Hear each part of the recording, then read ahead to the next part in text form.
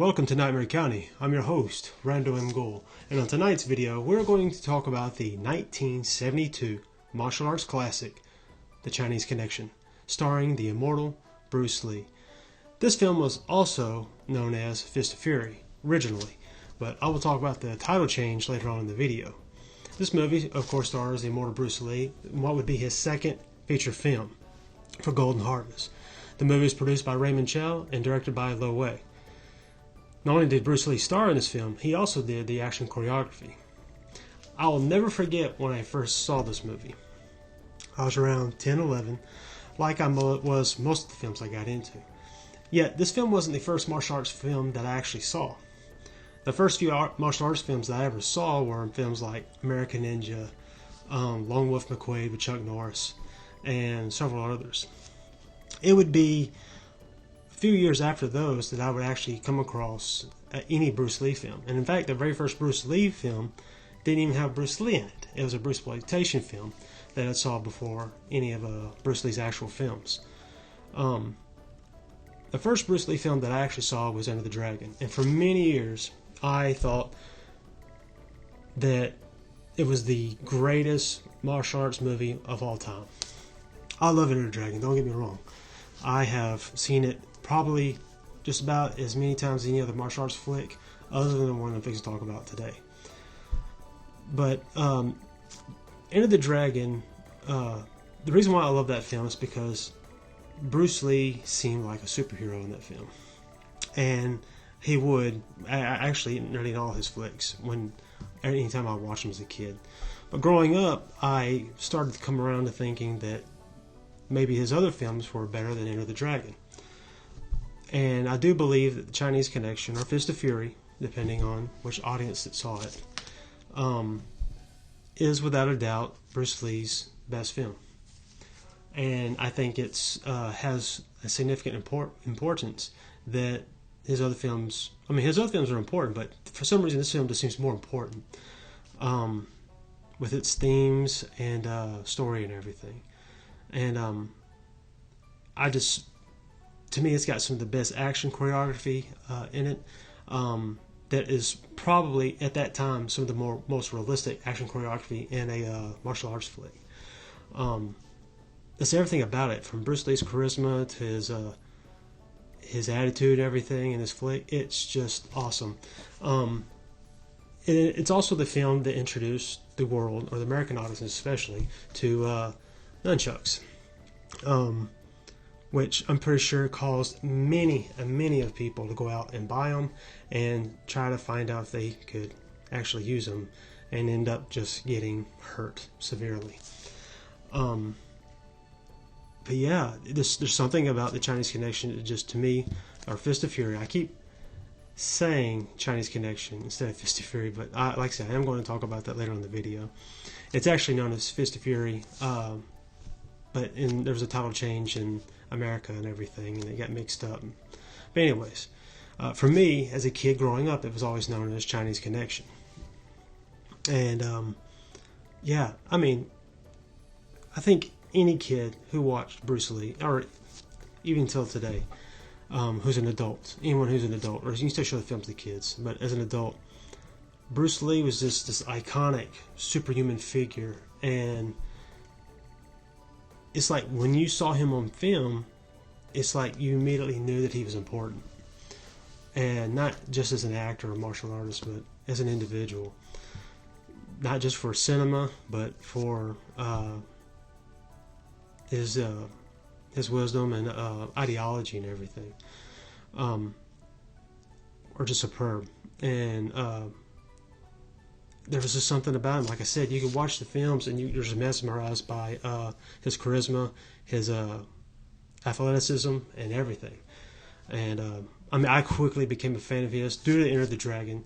Enter the Dragon is probably the more comic booky of, I would say, of any of his films, because you have Jim Kelly, Saxon in it, and all these iconic, Bolo is in it, from also being Bloodsport and many other martial art flicks. But you have all these bigger than life characters in this film. So it felt like a superhero film to me when I was growing up, before I ever saw superhero films. And they took on this super villain. And he's got this island, this army of martial artists and everything. It was just awesome.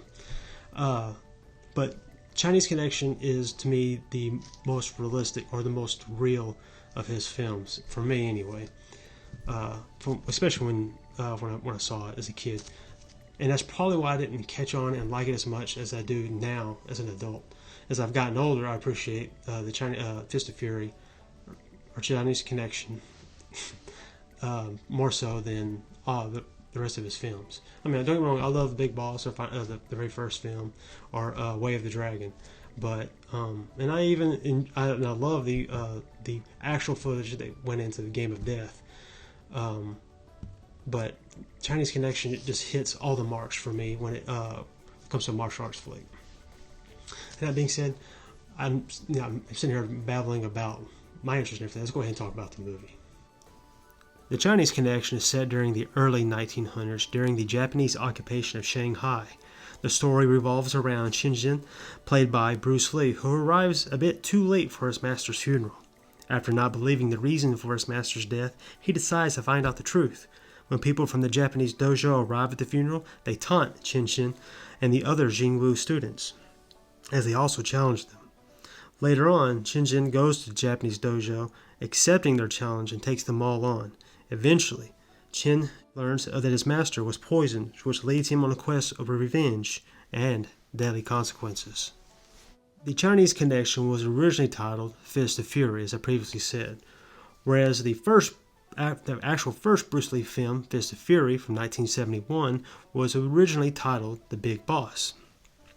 The use of the Chinese Connection title was to cash in on a previous popular film called The French Connection, starring Gene Hackman. Yet when the films were released in the United States, the film titles got switched, whereas the first film, Big Boss, got switched to Fist of Fury, and Fist of Fury got switched to Chinese Connection.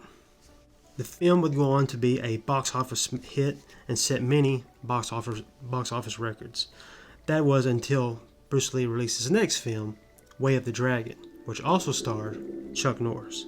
The film would go on to have several sequels and spawn many Bruceploitation flicks. And if you don't know what Bruceploitation flicks are, it is whenever it was right after Bruce Lee's death, studios decided to capitalize on his star power.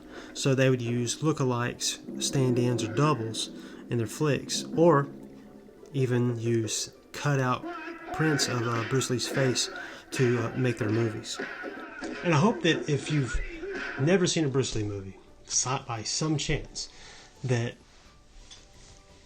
I hope this video will make you go out and see one of his flicks, or find one. As you can find many of them, you can find them on Tubi, TV, I think Pluto, Amazon Prime, and other streaming services. But I would say start off with Enter the Dragon, without a doubt, because to me it's the most accessible of Bruce Lee's flicks. And it's, like I said, it's pretty much like a superhero movie, or I would say a James Bond movie, which many people would say it is very much it plays off of James Bond themes quite a bit, with a villain and everything. But that being said, I would say start off with Enter the Dragon, and then I would go back to his earlier flicks, like Big Boss, Fist of Fury, Chinese Connection, the title change and everything. Or especially Way of the Dragon, which stars Chuck Norris and everything, because and then I would seek out Game of Death. Game of Death is a little bit hard to watch. I'll never forget when I first saw it as a kid. You're watching scenes that people kind of look like Bruce Lee, but it's always from the back shot or something. And there's this one scene where they actually use a cutout print of Bruce Lee's face, and you can tell it's on this guy's head, and I remember seeing that as a kid, and I was like, this is all fake. It was kind of like watching the old Batman TV series as a kid and everything, where the Batman movie where there's rubber shark hanging on Adam West's Batman's leg, and he sprays with shark repellent. I remember turning to my dad and saying, "That's a fake shark. This is all fake." And it'll destroy your faith in the movie, like it did for me with Batman there for a while. And but there is footage within the Game of Death that are just superb. And of course, he died during the making of Game of Death, and I just those few minutes of footage that are in that movie are just fantastic. And only one can wonder what Game of Death would have turned into if he would have been alive to finish it and everything. But yeah, audiences after especially Enter the Dragon. See, after Enter the Dragon came out, really in America is when Bruce Lee, his movies blew up in America and everything. And his films like Fist of Fury, Chinese Connection, Return of the Dragon, really blew up with audiences and everything. And but yeah, Bruce Lee, I think in a way, he opened doors up for people that want to like learn martial arts and everything. I mean, yeah, you would have films later on during the 80s like Bloodsport, Karate Kid, and many others that would cause people to want to learn martial arts. But I think Bruce Lee really opened a door theatrically and entertainment-wise that would push martial arts in a whole new way and cause people to seek it out. I mean, it did for me. I guarantee I didn't get to learn an official form of martial arts or anything other than boxing, but and a few other things. But I would sit there and watch these movies and practice those moves over and over and over and over again, hoping that I could pull them off. No, but I probably couldn't. But yeah, I would say definitely seek these movies out. Definitely seek out Chinese Connection or Fist of Fury, as you'll find on social. I've noticed like on Tubi TV they carry the title Fist of Fury, or even on the new Blu-ray and DVD sets they have fixed the title change on all the movies and everything. I've been referring it to the title that the U.S. audience has had for years, which is the one that I grew up with, thinking that Big Boss was Fist of Fury, and Chinese Connection, which was really Fist of Fury itself. But yeah, man, you can't go wrong with any of Bruce Lee's flicks. I mean, the ones he made are just perfect and awesome. And but I honestly believe that Chinese Connection is the best of his flicks, solely for how important it was and what it did and everything for audiences that went and saw it, the importance of it yeah, I could go on about this movie, but I would say definitely seek this movie out. And I was going to talk about the movie that I actually thought was Bruce Lee before I actually saw Bruce Lee was this movie right here. Yeah, I actually own this movie. I went out and bought it because nostalgia, you know. And I had to I had to own the movie that would lead me to Bruce Lee movies. And I'm thankful that this movie, Bruce's Deadly Fingers, led me to that real Bruce Lee and everything. I appreciate all the Bruceploitation flicks, and in saying that, I'll probably on a future video, probably next week or so, I want to go over the many actors who would portray Bruce Lee and Bruceploitation flicks, and some of their careers and everything, as some of them were actual, pretty good martial artists in their own right and everything, and like Dragon Lee and Bruce Lee and everything.